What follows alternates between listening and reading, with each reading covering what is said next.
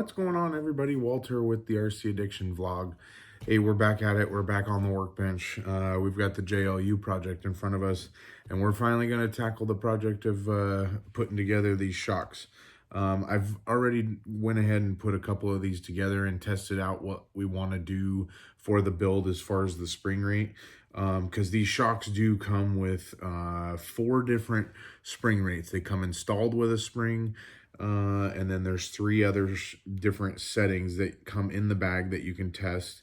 We've gone with the taller silver spring. I'll see if it'll focus in on that. These are the Injora shocks that we were talking about in the last video. So far went together really easy. We just got done adding some oil to it. We actually ended up using just a standard Traxxas oil, shock oil, just to see what the, how the shocks react with a little bit of oil in them. You'll get mixed reviews, I think, from everybody that I talked to at least, about what oil to run. If you run any oil, or even if you run a spring. Some people don't even like running springs, depending on what your build is. We're going for a complete look on this car. We're looking for more of a, a sleeper crawler, if you will. We want this thing to look like it's got everything it's supposed to, and it doesn't look like some modded out mini crawler. I think the goal for us is to try and make this thing as, stock looking, sleeper looking as possible. So so far we've been doing a good job at that. I think all the other Injora parts, if you saw in the last video, those have gone on smoothly. They look incredible, and we're excited, to keep testing it and then put these on and test it again, because we wanted to really see the difference on just maybe adding some of these components and leaving some of the stock, like we left the stock shocks on in the last short video that we did on the channel, showing the outdoor runs that we did. And of course the car failed in a lot of areas, and we knew it would. I mean, it wasn't like we knew the car would be this badass, modded crawler with just throwing some axles and wheels and tires on it, but we wanted to see where it stood. It helped me determine what spring rate I wanted for these. So that helps, everybody, kind of wants to throw all these parts right at the build, right out of the gate. And that works and can be good for a lot of people. But I really like to see what improvement I get out of each different mod. So that's how we approach each build. And that's how we're going to keep going forward with this JLU. If you guys have stayed tuned to the channel and seen what we've had, we've ran it bone stock on the course. We've ran it, with the couple of mods we did with just the high clearance links. And then we ran it outdoors a couple weekends ago, once we did the axles and wheels and tires. And I mean, it performed 10 times better than it did stock. So there is a lot to say for what we did, but we're going to keep bolting stuff on and see how many improvements we get and how much further we get for each mod. So I'm going to go ahead and build the other 2, get some oil added to these, get the springs on that I want, and then we'll go ahead and get them on the car and show you what it looks like. Of course, right off the start, we go to our MIP tool bag. It's got all of our goodies. This is a must if you're an RCer. I actually just picked this up about a month ago. I won't go to any other tool bag now. So shout out to MIP if you're listening. Awesome tool bag. Of course, everybody knows your tools are some of the best on the market for the RC stuff. So shout out to MIP. And yeah, so we're going to get cranking here. And yeah, we'll get back to you here in just a second. Once we get to putting them on the car, I'll show you exactly how how the shocks are responding to what I chose, and we'll go from there.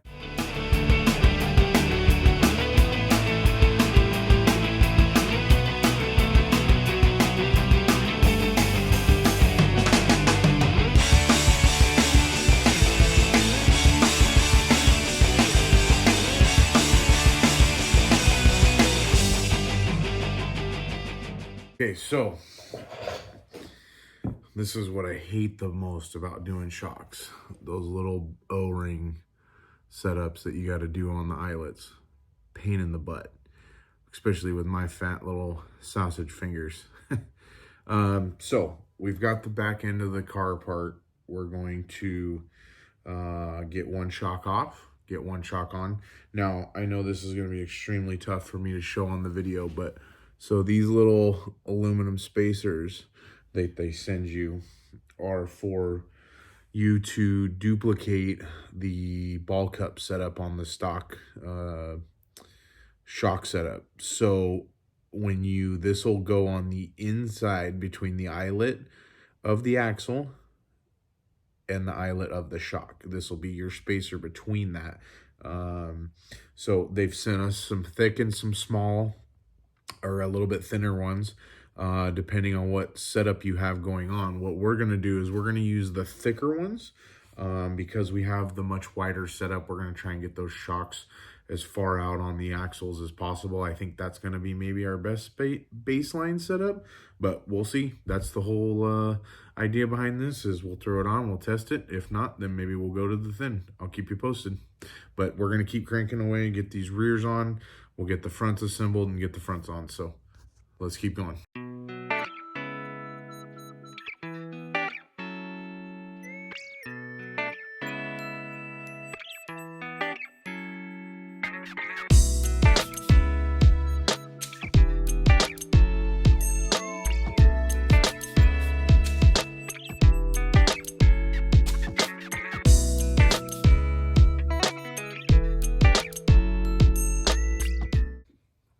Okay, so far we've got the rears on. You can see those nice silver shock caps. This thing's gonna get quite a bit of ride height. So I'm really interested to see how this goes on the course and in our next outdoor test session. So, but let's keep moving. We're gonna keep going and get the fronts on and maybe get a run or two on the course tonight. So stay tuned.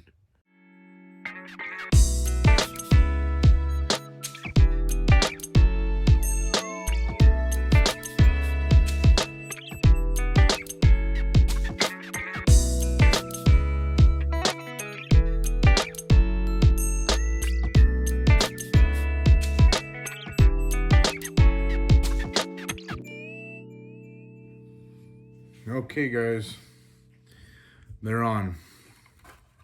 Check that out. Get that nice and close. Look at those bad boys. You can see the spacer. See if I can point at it with one of my tools. You can see the spacer. It'll be right there in the camera. That's where it goes, on the inside of the eyelet. So, went together okay. Like I said in the last video, I hate doing shocks. One of my biggest pet peeves is doing shocks. They're very bouncy right out of the gate. So I'm really interested to see what happens and see if this car is still top heavy or not. I may end up pulling springs off. I don't know. We'll see. And just run it without springs. But we're going to give it a shot on the course behind me. So let's do it. Let's see how everything works. All right, guys, so we got the JLU on the course. What we're going to do is we're going to hit the canyon first. We're going to come down this. We're going to try and make our semi-mild line, which is just basically hopping right across these two features here. And then what we'll do is we'll circle back around. Unfortunately, I don't think I can get it all in the camera. I'll spin it here, but we're going to come around our rock bluff here. We'll make it up here. We still haven't finished off the canyon yet, just haven't had time for that project. But then we will make our way back around through the super aggressive line and the canyon, rock canyon back that we have back here, and we'll see how the car goes. So let's hit the course.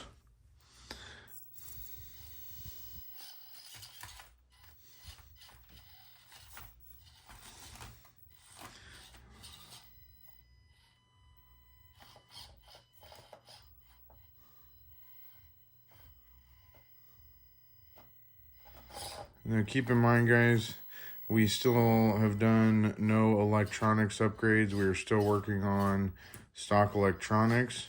Obviously you can tell it's very jumpy. We're trying to do our best here to just crawl and see what the car can come up with. But I think it has a tough time with the bigger tires, which we kind of expected, and we have plans to do electronic upgrades for this. We just, like I said earlier, we kind of like to see where upgrades get us, you know, and where we stand with each upgrade. So next on the list is electronics, and you know, obviously right now you can see the car struggle a little bit with the electronics, just in its crawling ability, and how it gets real jumpy with all this added weight, and then, you know, the servo doesn't steer very well as we'd like it to. But those are things we'll upgrade here in the near future. So obviously we did really well over that. Big thing is the added push in the front, so that this thing doesn't just come over backwards every time you get on a steep incline. If you saw our videos from last weekend on the outdoor stuff, it just kind of wants to flip over backwards everywhere. So we were trying to avoid that and get the car to more push forward with the suspension, and help that car kind of breach over each little feature a little bit easier. And we're getting there. I feel like these shocks got us one step closer to that. We're trying to make it over the feature here. I know it's hard to see with the camera angle, but we'll come back around here. We're going to try and, oh, see, that's what I was talking about being top heavy. When it comes off that off-camber stuff, it makes it very difficult. So we're going to try that again and see if we can't get it to slowly make its way down the...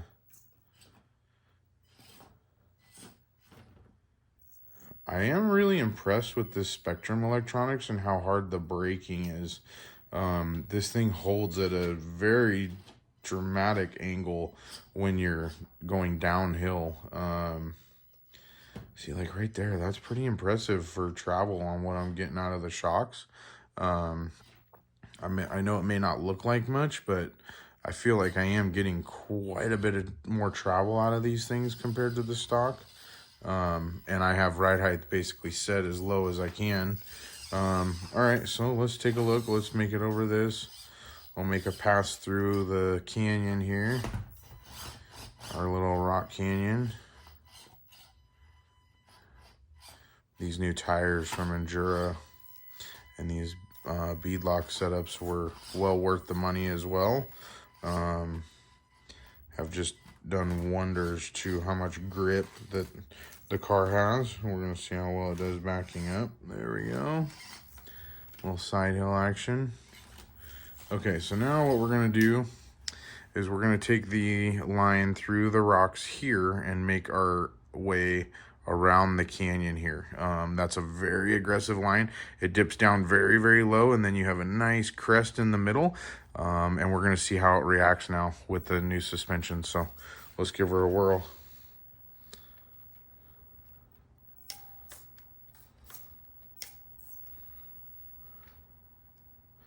Just messing with the steering here.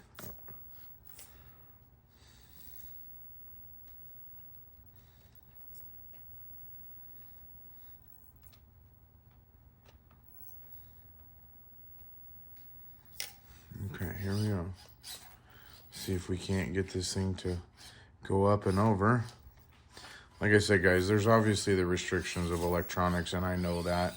But once again, we're just trying to see what some of these smaller upgrades can do for us. The servo's still holding up. It just doesn't steer as well. Sometimes you end up having to back out of it, get a better line. Like right now, see, it's just kind of pushing through the rocks over there. So what we're going to do is we're going to come in, reset, and we're going to try and make this up here. And we'll see what we can get here. Okay, so here's where the first dip into the canyon is. And then see how that's... And the servo does pretty good with all the weight of the car on it. Okay, there we go. Okay, now the line over the steep crest in the middle. This thing's actually doing pretty well so far. I'm really happy with the shock upgrade. See, now here's where we're going to have to back up because of the steering. We can't get that sharp steering angle that we want to make that corner. Oh, that was sweet. Just settled in right in. Let's see how, oh, there it is. Man, boy, that outperformed better than I thought it would. So let's try this off camber again. Let's see what we can come up with, see if we can get a better angle at it. Maybe not get the car to flip over.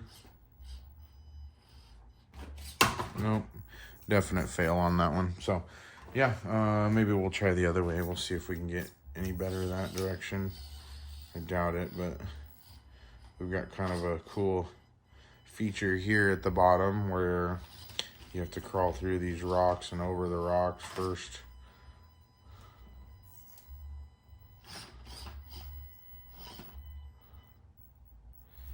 This is where we would flip over backwards last time.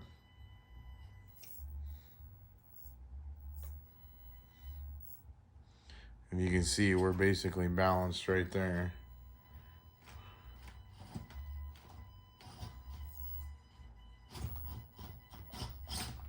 Oh, there we go.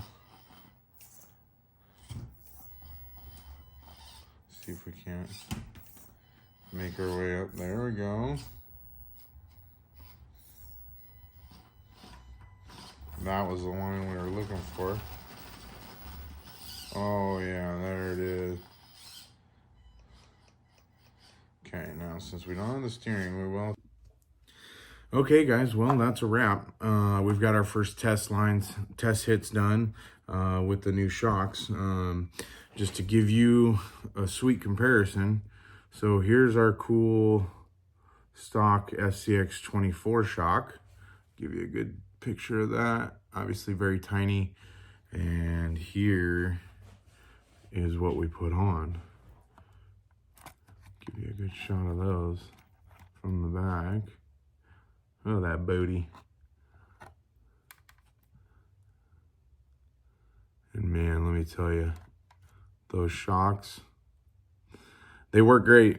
I probably will end up taking the oil back out of them, but we'll do that. We'll do another video for those.